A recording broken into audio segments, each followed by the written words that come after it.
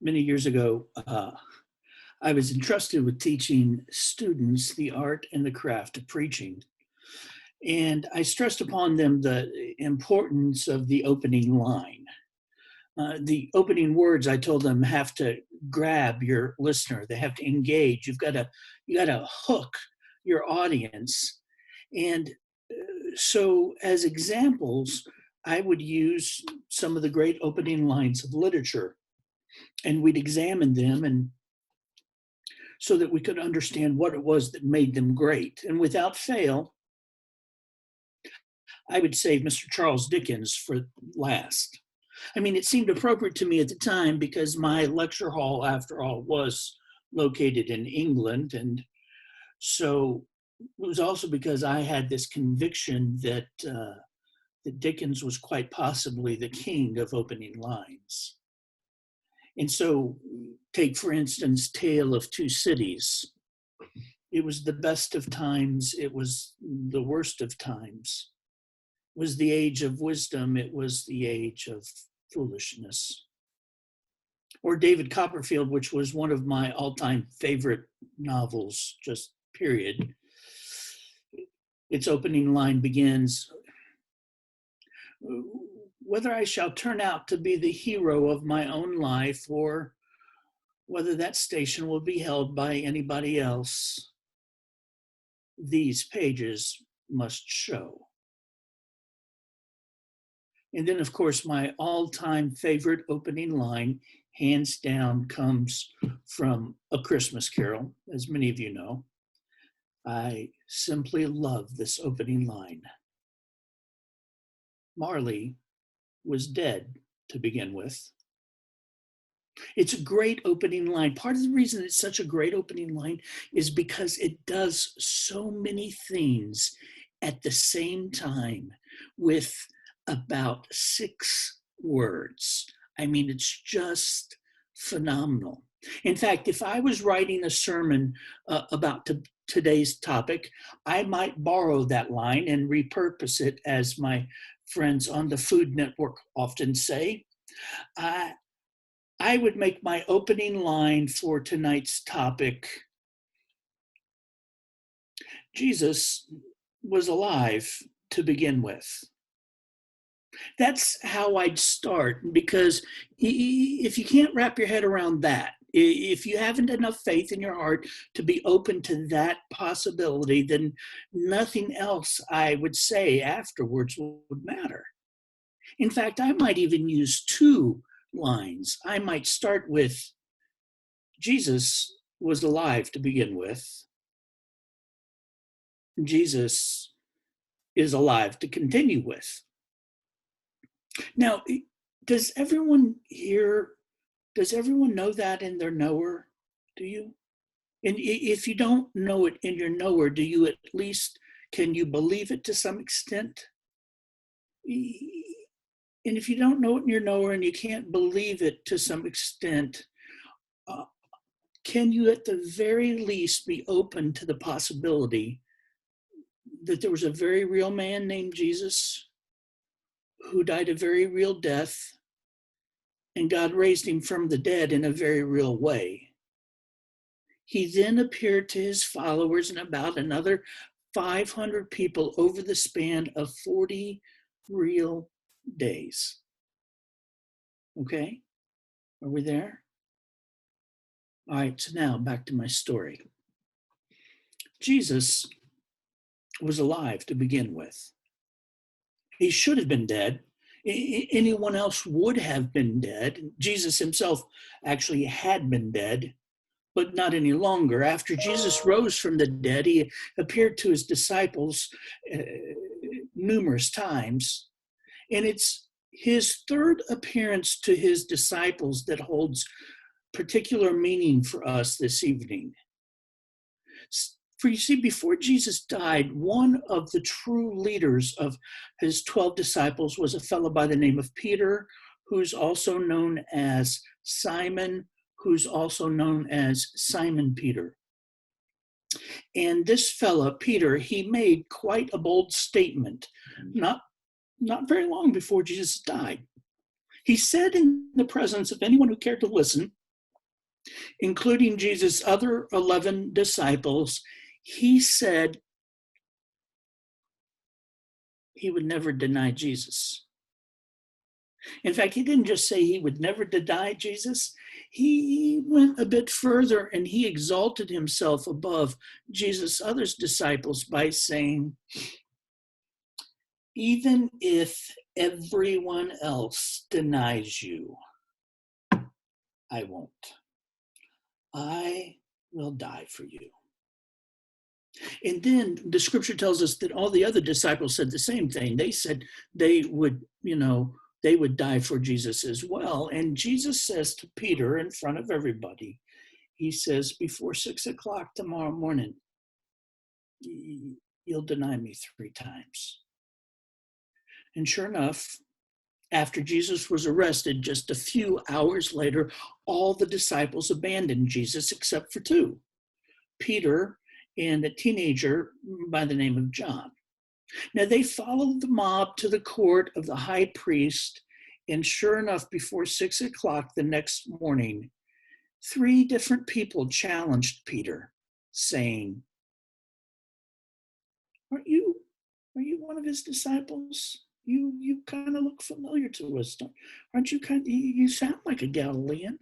Aren't you with him? To which Peter said, No, no, no. I do not know the man. One of the Gospels, it's interesting because in one of the Gospel accounts, upon Peter's 3rd denial, his 3rd and final denial, Jesus, he looks at Peter from across the courtyard. There where Jesus is being wrongly accused and beaten and mocked. He looks at Peter across the courtyard. And in that moment, the rooster crowed. Peter, he realized he did the very thing he said he would never do. And he ran into the night and he wept bitterly.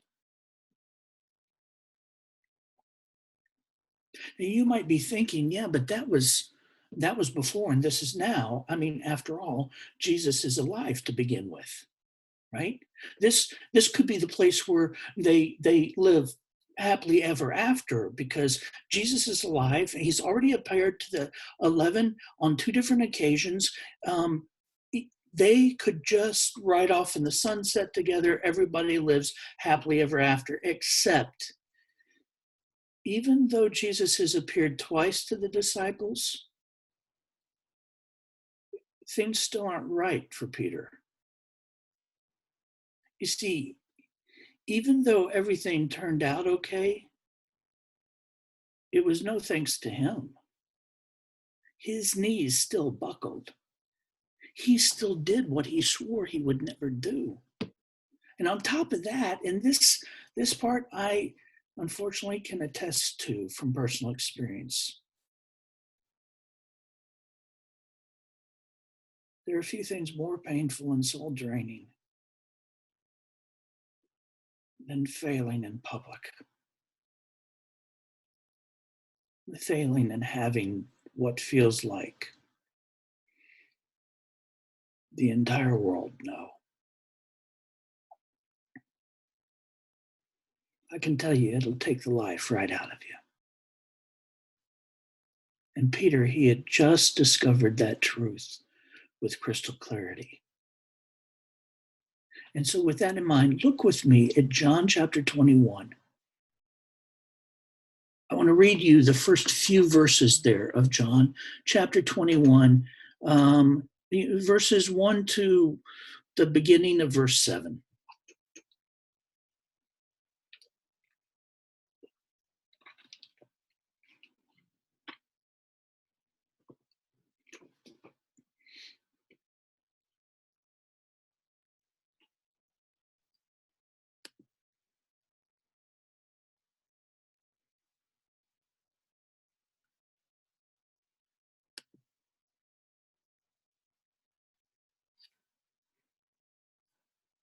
How we doing? You guys with me? Well, whenever Gloria nods her head, I know I'm okay. All right, so John chapter 21, starting with verse 1. After Jesus appeared again to his disciples by the Sea of Galilee, it happened this way. Simon Peter, Thomas, also known as Didymus, Didymus means twin, by the way, Nathanael from Cana in Galilee, the sons of Zebedee, and two other disciples were together. I'm going out to fish, Simon Peter told them, and they said, we'll go with you. So they went out and got into the boat, but that night they caught nothing. Early the morning, Jesus stood on the shore, but the disciples did not realize that it was Jesus. He called out to them. He said, friends, haven't you any fish? No, they answered. He said, throw your net on the right side of the boat and you'll find some. And when they did, they were unable to haul the net in because of the large number of fish.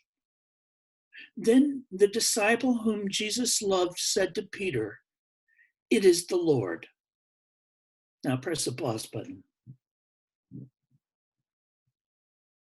There are a few things in this life that will mess with you the way failure will.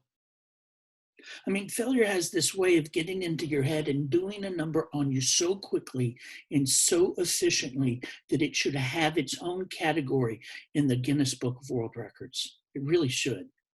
First of all, failure, it sears itself into your heart and to your mind in a way that success never will. Failure, it blazes this neural path for your brain that can rob you of your confidence.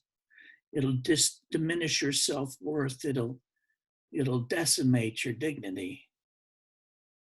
Failure, in a matter of no time, can cause you to lose perspective, to lose motivation, to lose your sense of purpose. Failure will convince you that there's no separating you from your failure. You become one and the same. And then failure will give you the belief that people can only see you for the failure you are. And one failure, given the right failure, can upend your entire life. I don't know if you realize it or not, but I'm convinced that's exactly what's going on with Peter here in John 21. See, look at this again. Peter is with 6 other disciples, right? Now that's the majority of the disciples, because at this moment there's only 11 of them and it's 7 of them, okay? And Peter says, I'm going fishing. And what do all the other disciples that are with him decide to do? We'll go with you. Now, here's the thing that just kind of blows my mind. There aren't 7 fishermen amongst the disciples. That means there were fellows who agreed to go fishing with Peter who aren't even fishermen. They follow Peter, and you know why, right? Because Peter's a leader. People follow a leader. And this is where you and I learn our very first lesson about failure. Are you ready? Failure doesn't diminish your gifts. It just robs you of your vision. And the other thing, just beneath the language here, when he says, I'm going fishing, and they say, we'll go with you, it's this idea that Peter has just given up on this most recent life with Jesus and is headed back to his old way. He's headed back to his fishing business. You know, his life before he abandoned everything to follow Jesus. In fact, there's a fellow way, way smarter than me by the name of Kenneth West, and he translated this passage. He was scary, smart Greek guy, right? in Peter, he has Peter saying basically this. So Peter says, I am breaking with my former connections and going off to my former business of fishing. Basically, he understands that when Peter says, I'm going fishing, he's basically saying, look, I tried this changing the world thing and it didn't work out. I mean, when everything was on the line, I folded. I tried this fisher of men gig, but when it came down to it, where the rubber meets the road, I opted for the train. I mean, you can almost hear Peter, right? Who was I kidding? I'm a fisherman. I mean, I love Jesus. I'm so happy he's alive. It's time for me to get back to reality. I'm going fishing.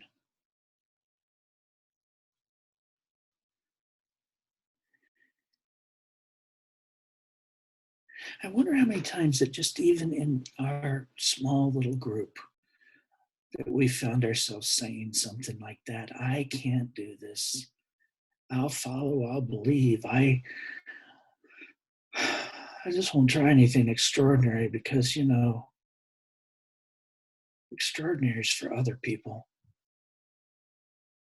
Believers who have it all together, who don't mess up in such profoundly obscene ways.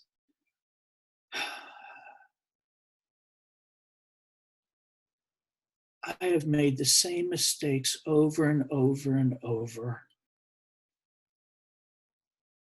And though everybody says otherwise, I gotta believe I'm a grave disappointment to God.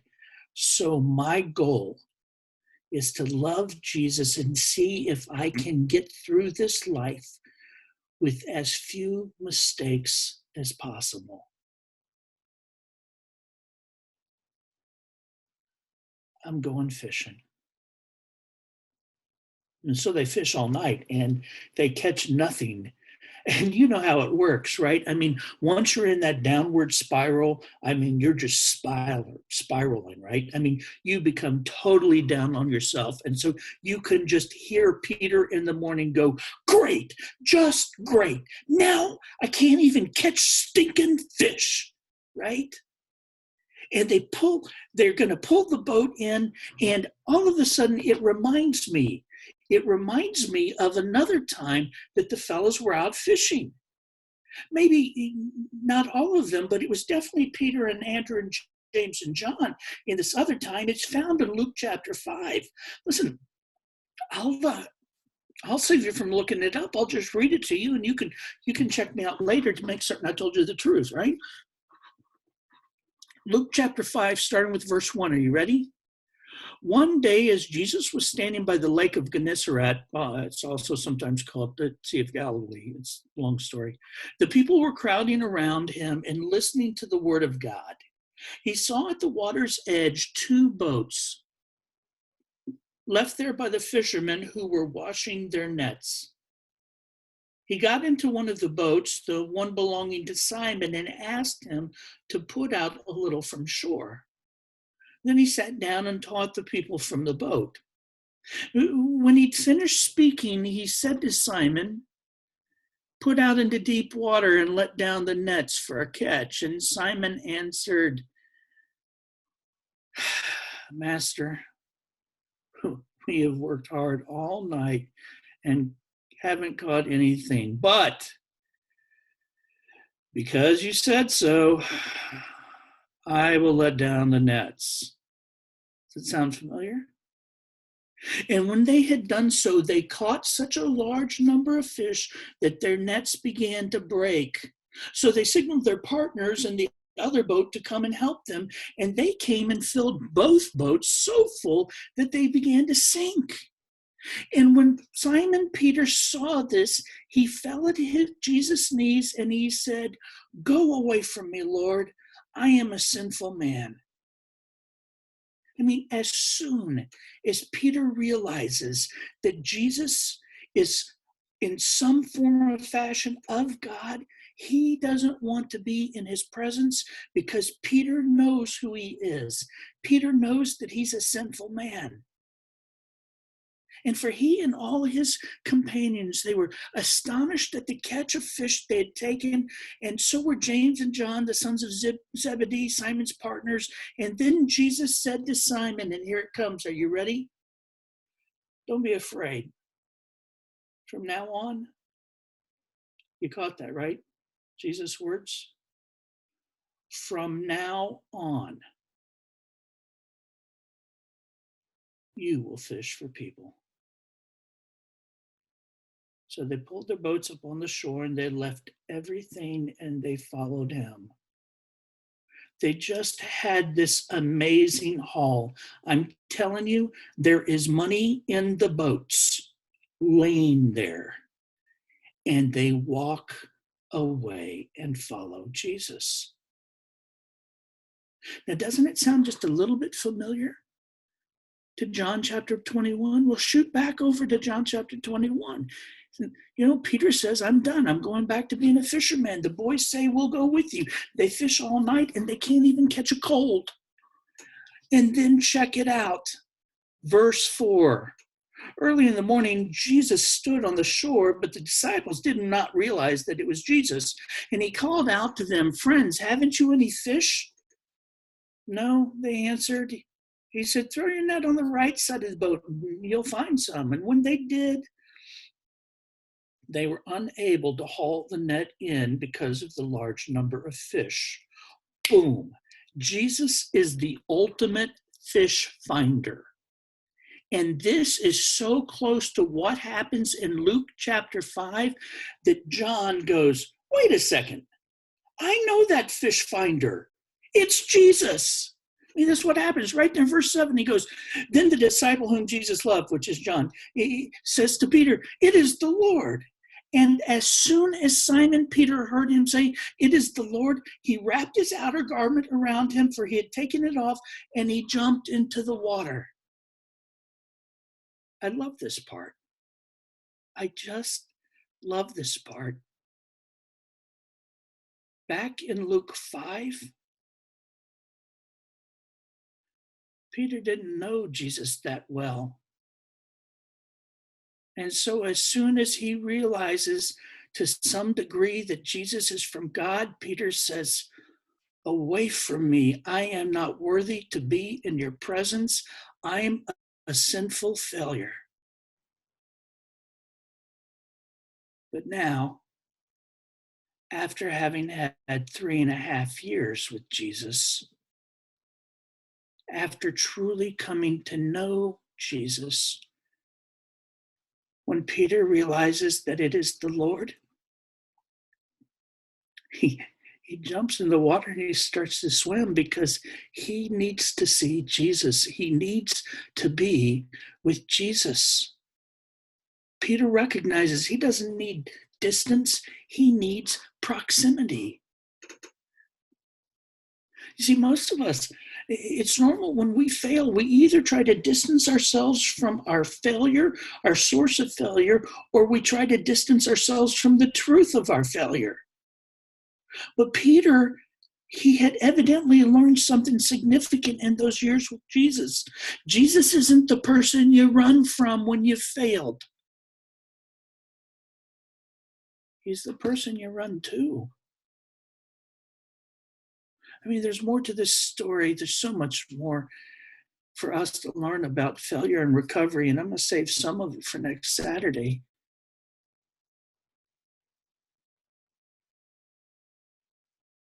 But let me just ask you to remember these two things.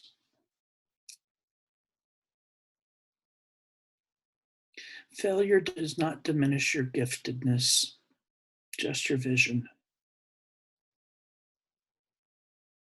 And when you failed, Jesus isn't the guy you run from. He's the one you run to. And I hope you guys think about that, okay?